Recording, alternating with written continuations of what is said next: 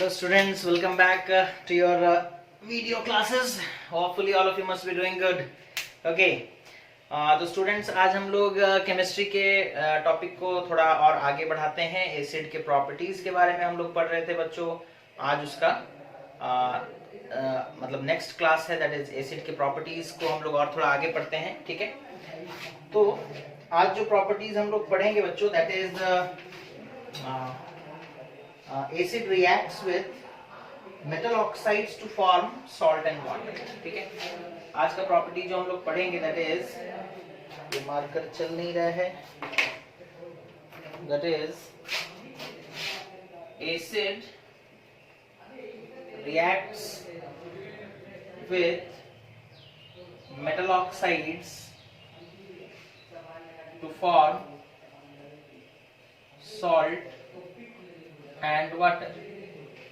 Okay, acid जो है बच्चों वो मेटल ऑक्साइड के साथ रिएक्ट करता है तो सॉल्ट एंड वाटर बनता है। ठीक है, इसका जनरल रिप्रेजेंटेशन क्या होगा ना, acid plus metal oxide, acid plus metal oxide gives rise to salt plus water, salt plus water. Okay, example हम लोग इसका देख सकते हैं, जैसे कि सपोज कॉपर ऑक्साइड है ना, और रिएक्ट करेगा HCl के साथ, दैट इज HCl का एक्वस सॉल्यूशन लेंगे और उसे कॉपर ऑक्साइड के साथ रिएक्ट करवाएंगे। कॉपर ऑक्साइड बच्चों सॉलिड स्टेट में होगा।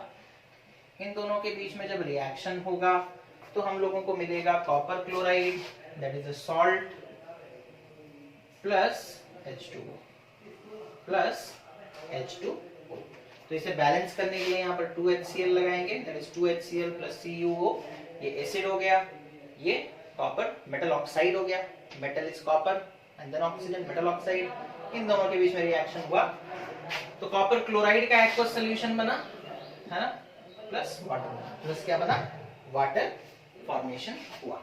इसी तरीके से और एग्जांपल्स भी हम लोग ले सकते हैं। ठीक है, ये पहला एग्जांपल हो गया सपोज, और एक एग्जांपल हम लोग ले सकते हैं, जैसे सपोज कर लो हम लोग रिएक्शन करते हैं किसका ना, जिंक ऑक्साइड का, that is a metal oxide है ना, प्लस H2SO4 है ना। जिंक ऑक्साइड एक मेटल ऑक्साइड है, उसे सॉलिड आकार में ले लिए और फिर दूसरी तरफ सल्फ्यूरिक एसिड का एक्वस सॉल्यूशन ले लिए और इन दोनों के बीच में रिएक्शन, यानी कि डाइल्यूट आकार में सल्फ्यूरिक एसिड को हम लोग लिए। ठीक है, अब इन दोनों का रिएक्शन करेंगे बच्चों, तो ये रिएक्शन हम लोग लिखेंगे और इसका रिजल्ट क्या आएगा, देखो ना, जिंक सल्फेट के साथ कंबाइन कर जाएगा और सॉल्ट बनेगा, that is zinc sulphate plus H2 और इधर O, दैट इज H2O है ना। ओके, तो इस तरह का रिएक्शन होता है बच्चों व्हेनेवर, जब भी एक एसिड रिएक्ट करता है मेटल ऑक्साइड के साथ तो फिर सॉल्ट एंड वाटर फॉर्मेशन होता है। ठीक है, तो ये हो गया हमारा एक टाइप का केमिकल प्रॉपर्टी। ठीक है, इसको आप लोग नोट कर लेंगे। ओके, उसके बाद हम लोग देखेंगे नेक्स्ट प्रॉपर्टी एसिड का, that is acid is corrosive in nature. Acid कैसा होता है बच्चों, कॉरोसिव नेचर का होता है। ठीक है, तो सबसे पहला चीज आता है एसिड्स हैव कॉरोसिव नेचर, ये नेक्स्ट केमिकल प्रॉपर्टी है, that is acids have corrosive nature है ना। एसिड्स हैव कॉरोसिव नेचर मतलब क्या है बच्चों, the mineral acid causes severe Burns. Okay, जो मिनरल एसिड्स होते हैं, the mineral acids causes severe burns on the skin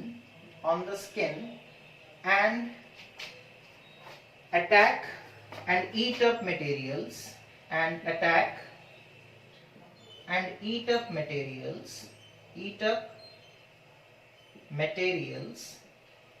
okay, materials like what, materials like cloth, comma wood, okay, metal structures and stone works, metal structures, okay, and stone works, okay, metal structures and stone works, so they are said to be corrosive. So they are said to be corrosive. So they are said to be corrosive, okay, है ना? तो acids बच्चों corrosive nature के होते हैं, उसका मतलब क्या है ना, खास करके मिनरल एसिड्स में देखा जाता है, ऑर्गेनिक एसिड्स में इतना नहीं देखा जाता, मिनरल एसिड्स में इसीलिए मेंशन कर दिया गया है. The mineral acid causes severe burns on the skin and attack and eat up the material, है ना. एसिड किसी के ऊपर गिर जाएगा, जैसे कपड़े के ऊपर गिर जाता है तो कपड़ा वहां से मतलब वो खत्म हो जाता है, जल जाता है पूरा, ठीक है. It gets eaten up, it gets, हम लोग कहते हैं the material is getting eaten up. उसी तरीके से एसिड अगर किसी मेटल पे गिर जाए, मेटल स्ट्रक्चर पे गिर जाए, तो वो मेटल को ईट करने लगता है, मेटल को खोखला करने लगता है ना. तो that property, that means property is known as what, corrosive property of acid, or that is the corrosive nature of acid, okay. और यही रीजन है बच्चों, for this reason, since acids eat up metals, क्योंकि acids जो है वो metals को ईट up कर जाते हैं, since acids eat up metals, that is why they are not stored in metal containers. That is why they are not stored in metal containers. इसी के लिए उन्हें मेटल कंटेनर्स में नहीं रखा जाता है, अवॉइड किया जाता है. अगर सपोज आपको रखना भी है तो किस में रख सकते हैं, कॉपर में रख सकते हैं, लेकिन आयरन, जिंक, इनके मेटल कंटेनर्स में नहीं रख सकते, बिकॉज रिएक्शन हो जाएगा उनके बीच में, है ना. ओके. जैसे एसिड्स कॉरोसिव नेचर होते हैं बच्चों, उसी तरीके से बेसेस और एल्कलीज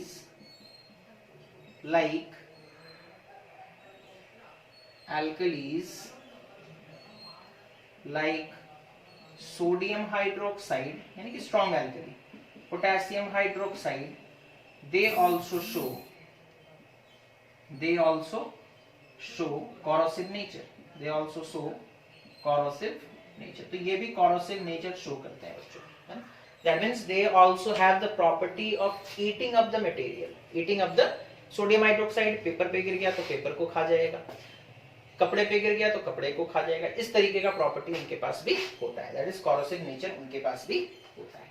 तो ये आज का दूसरा प्रॉपर्टी था, है ना, किसका, एसिड्स का. ओके. अब हम लोग आगे बढ़ते हैं बच्चों और उसके बाद डिस्कशन करते हैं सारे एसिड्स में कॉमन क्या है. तो वो एसिड के डेफिनेशन से हमें पता चलता है ना. एसिड्स का अगर हम लोग डेफिनेशन लिखेंगे, ओके, एसिड्स का अगर हम लोग डेफिनेशन लिखेंगे तो क्या लिखेंगे ना, डेफिनेशन ऑफ एसिड हम लोग इस तरीके से लिखते हैं. Now an acid is a substance. An acid is a substance. Okay. Is a substance. Okay. Which dissociates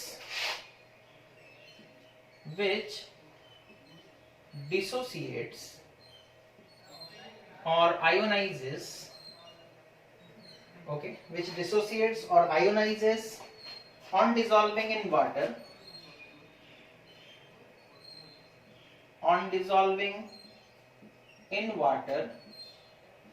To produce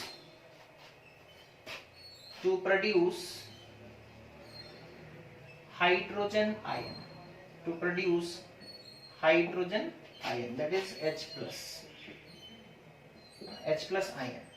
तो कोई एक ऐसा सब्सटेंस, एसिड वो सब्सटेंस है जिसे आप जो डिसोसिएट हो जाता है या आयोनाइज हो जाता है जब आप उसे पानी में डालते हैं, ठीक है, और प्रोड्यूस करता है क्या, H प्लस आयन.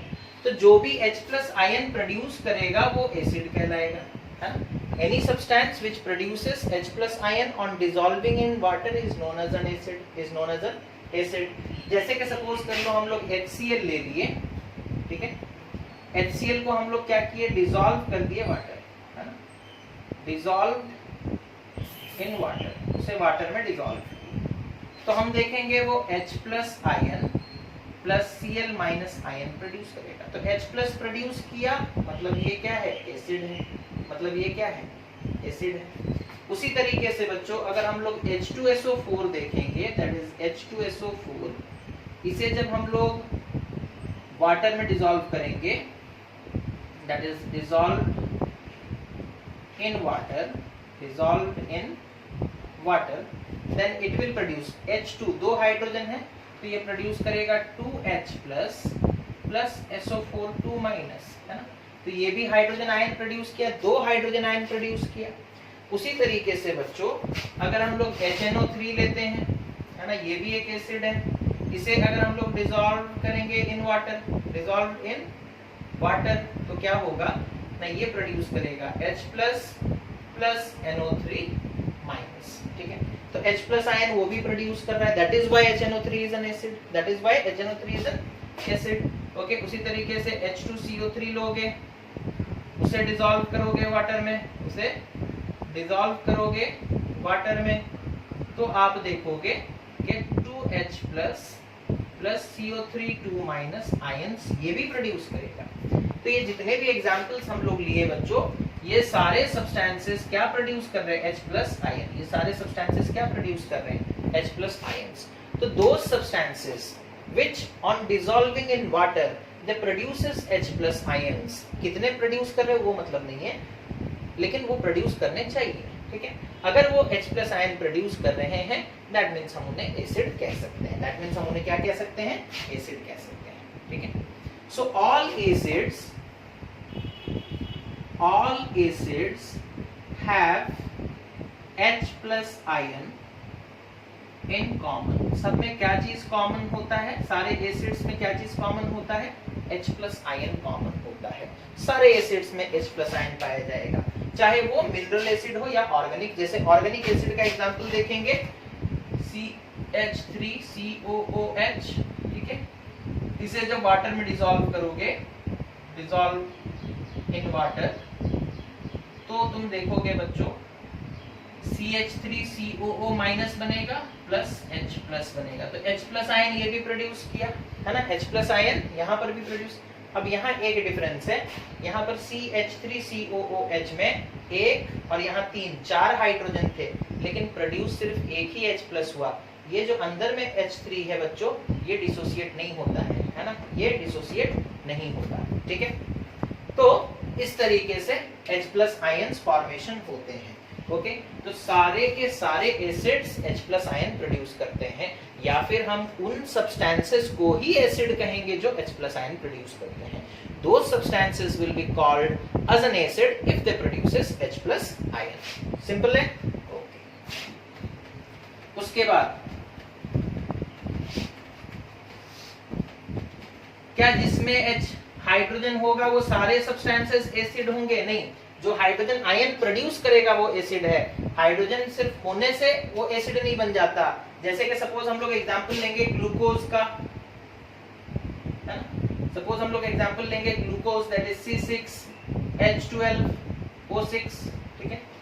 इसे पानी में जब हम लोग डिसॉल्व करेंगे, ठीक है, डिसॉल्व करेंगे पानी में, तो ये बच्चों H प्लस आयन प्रोड्यूस नहीं करेगा, does not produce H plus ion, does not produces H plus ion. इस कंपाउंड में हाइड्रोजन तो है, लेकिन जब उसे पानी में डिसॉल्व किए तो वो H प्लस आयन नहीं बनाया। दैट मींस ग्लूकोज जो है वो क्या एसिड नहीं है, ठीक है। ग्लूकोज जो है वो एसिड नहीं है। अगर एसिड होता तो वो H प्लस आयन प्रोड्यूस करता, भले ही उस कंपाउंड में हाइड्रोजन प्रेजेंट है बच्चों, लेकिन वो H प्लस नहीं बना रहा, मतलब वो क्या एसिड नहीं है, ओके। समझ में आ गया इतना? तो आज के लिए बच्चों इतना ही रखते हैं, ठीक है।